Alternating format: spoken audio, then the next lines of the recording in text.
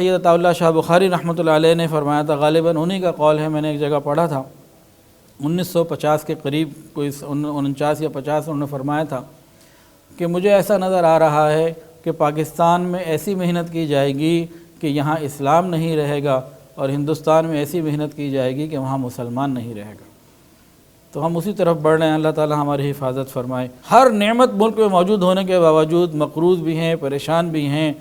اور ہر طرف سے ڈو مور کے تقاضے ہماری طرف آتے ہیں، سر جھکائے بیٹھے ہیں، ذلت اور رسوائی کے ساتھ زندگی گزار رہے ہیں۔ اس کی وجہ یہ نہیں ہے کہ علماء کا اس میں قصور ہے، اس کی وجہ یہ ہے کہ ہم نے اللہ کے حکم کو پورا نہیں کیا، علماء کی بات نہیں مانی۔